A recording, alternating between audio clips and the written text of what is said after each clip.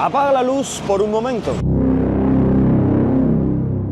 Ahora imagina que no vuelve en 12 horas, ni mañana ni pasado. Imagina que no hay guaguas, que no hay combustible, que no hay cómo llegar al trabajo, que no hay cómo mantener un hospital funcionando. Esto no es una película, no es el pasado. Eso es Cuba hoy, acercándose peligrosamente a lo que se conoce como la opción cero. Muchas universidades, escuelas, centros de trabajo han cerrado todas sus funciones, ya que el combustible está siendo utilizado ahora para las cosas más precisas, más imprescindibles, como los hospitales, tal vez mantener algunos de los sectores de la ciudad encendida, pero grandes universidades del país han cerrado sus puertas y han mandado a los alumnos para su casa debido a que no hay combustible cómo llevarlos, porque el transporte público ahora mismo es inexistente. Imagínense que antiguamente el transporte público ya no existía, en La Habana casi era un fantasma. Imagínense cómo está ahora que ya no existe, colas para ir a los centros de trabajo. Yo realmente no sé cómo es que la gente está llegando a los centros de trabajo, porque si no hay guagua, si no hay transporte público, dicho sea de paso, todo el mundo no puede pagar una máquina 300, 400 pesos que está costando ahora mismo. Los boteros, que es como se conocen a los taxistas aquí de taxis colectivos, suben los precios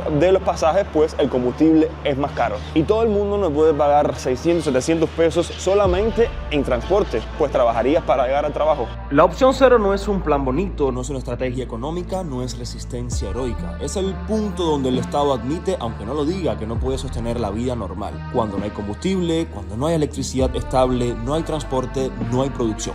La única opción que queda es recortar la vida misma, y eso es lo que está pasando. Son hechos, apagones diarios de más de 10 horas, transporte prácticamente paralizado, personas caminando kilómetros, clases suspendidas, hospitales funcionando al límite, agricultura frenada por falta de combustible. Cuando un país no puede mover a su gente, ese país está en emergencia. No hay narrativa que tape eso. Aquí el engaño más grande: ya pasamos por algo parecido y sobrevivimos. Sí, pero no es el mismo país. Hoy la población está agotada, la juventud se fue, los viejos se quedaron solos, no hay expectativa de mejora. En los 90 había esperanza, hoy hay desgaste emocional. Una opción cero hoy no sería existencia, sería quiebre social.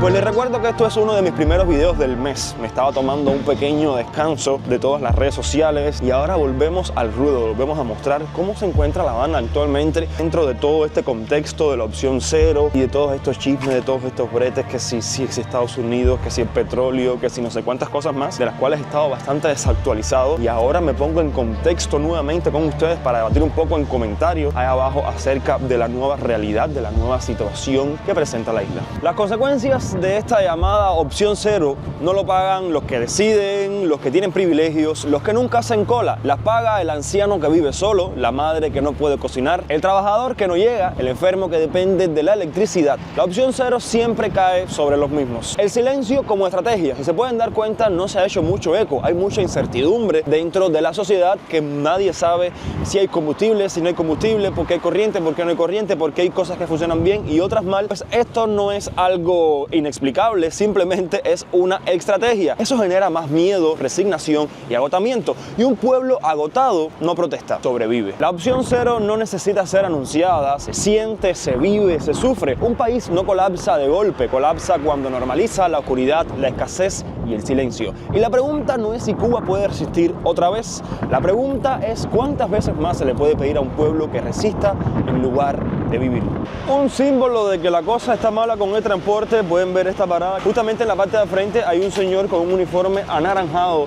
Estos son oficiales del transporte que, bueno, ya que no hay guaguas, que no hay transporte público, utilizan los transportes del Estado para ofrecer servicios de taxi, básicamente, a las personas comunes. Y este señor se para aquí y cada vez que ve un vehículo estatal, o sea, con chapa B, como por ejemplo esta guagua que está aquí, que parece no les va a parar, de ómnibus nacionales, que dicho sea de paso, los ómnibus nacionales también están suspendidos. Esta persona, si ve que viene un lado, por ejemplo, del Poder Popular o de lo que sea, lo para, le saca la mano y le dice: ¿para dónde tú vas? y si alguna de las personas que están ahí sentadas se dirige en dirección hacia donde va ese carro, bueno, los montan ahí y este oficial está ahí para cerciorarse de que esto ocurra de manera correcta. Aquí, como pueden ver, un lugar que normalmente no estuviera lleno de tantas personas, ahora está totalmente lleno de ellos. Aquí paran las casalitas no, los triciclos estos que son eléctricos, y bueno, eso es una salvación, ya que esto no necesita combustible, pero sí necesita electricidad para cargarse. Aún así hay bastantes, o sea, miren todas las personas por aquí esperando que llegue su turno. Son estos ecotaxis, conocidos así.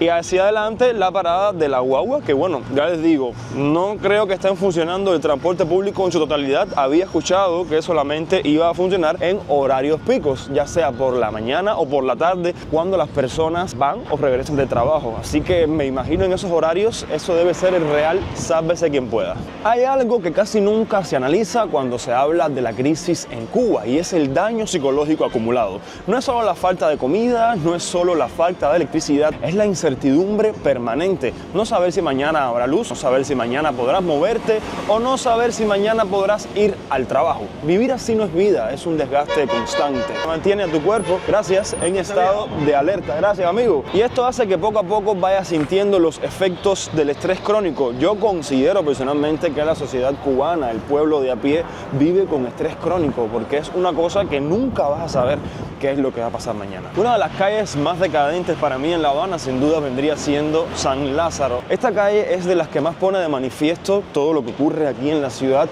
en cuestión de infraestructura, en cuestión de transporte, de electricidad. Esta calle se encuentra en la mayoría de veces oscura en la noche, pues la parte de Centro Habana es de las más golpeadas en cuanto a apagones aquí en la ciudad.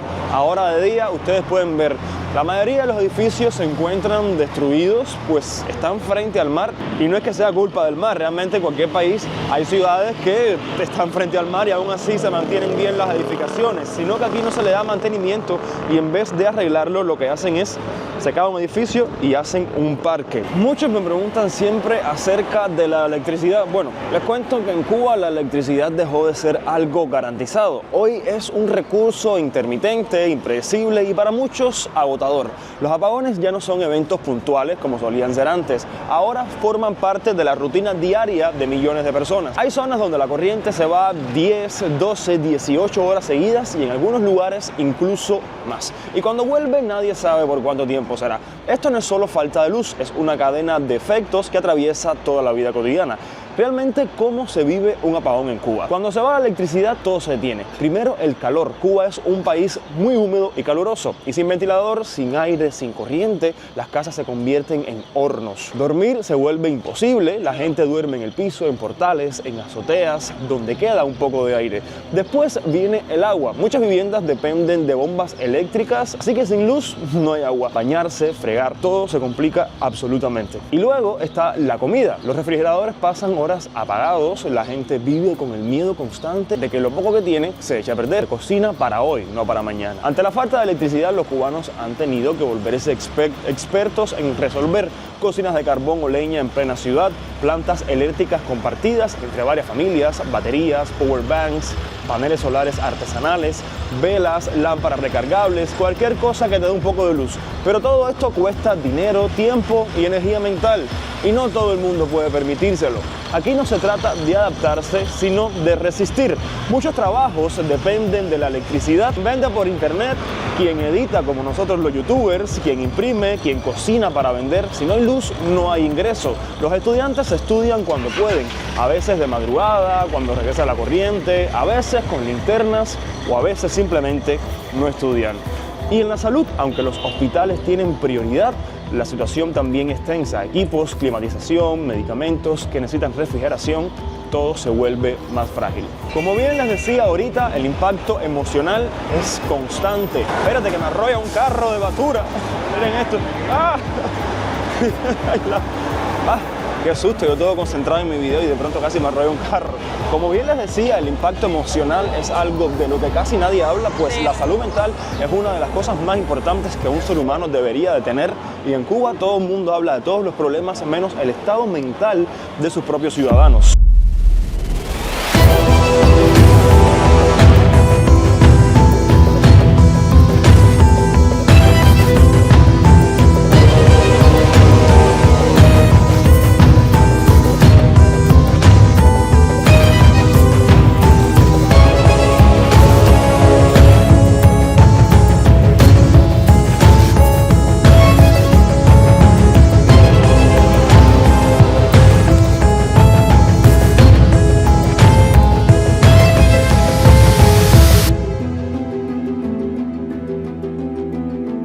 La gente vive agotada, irritada, frustrada. El apagón no solo apaga bombillos, sino que también apaga el ánimo. Por eso, cada corte eléctrico también es un golpe psicológico. Se habla de energías renovables, de parques solares, de reparaciones, pero la realidad es que las soluciones avanzan lento mientras el desgaste social muy rápido. Para muchos cubanos, la pregunta ya no es cuándo se arreglará, sino cuánto más se puede aguantarse.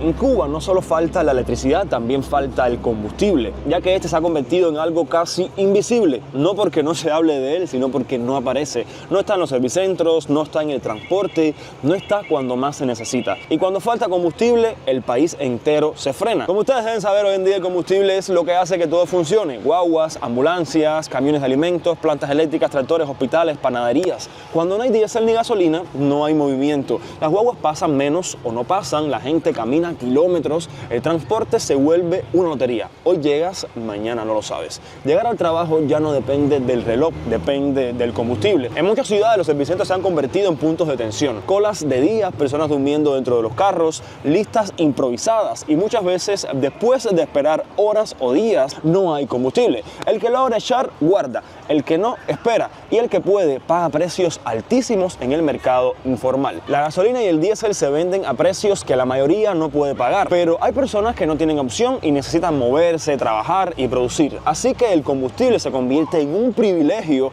y no en un recurso básico. El desgaste que no se ve. Y ustedes dirán, bueno, ¿por qué hay tanta falta de combustible? Porque Cuba depende casi totalmente de importaciones. Porque no hay divisas suficientes, porque hay presiones externas, sanciones, deudas y problemas logísticos, y porque cualquier interrupción, por pequeña que sea, se siente en toda la isla. La escasez de combustible en Cuba no es solo un problema de transporte, es un problema de comida, de salud, de trabajo y de dignidad. No es un enemigo, no es un bloqueo abstracto, es el resultado de años y soluciones reales. Es el pueblo cubano que ya ha dado demasiado. Nadie puede vivir eternamente en estado de emergencia y nadie puede resistir sin horizontes. Un país no se construye pidiéndole a su gente que aguante, se construye dándole razones para quedarse. Con la escasez de combustible, los apagones y la llamada opción cero siempre rondando, ¿crees que Cuba está preparada para enfrentar una situación así otra vez? ¿O piensas que el país ya está viviendo una opción cero silenciosa? Los leo en los comentarios. Como siempre les digo, nos vemos en una próxima aventura, quién sabe dónde. Bye.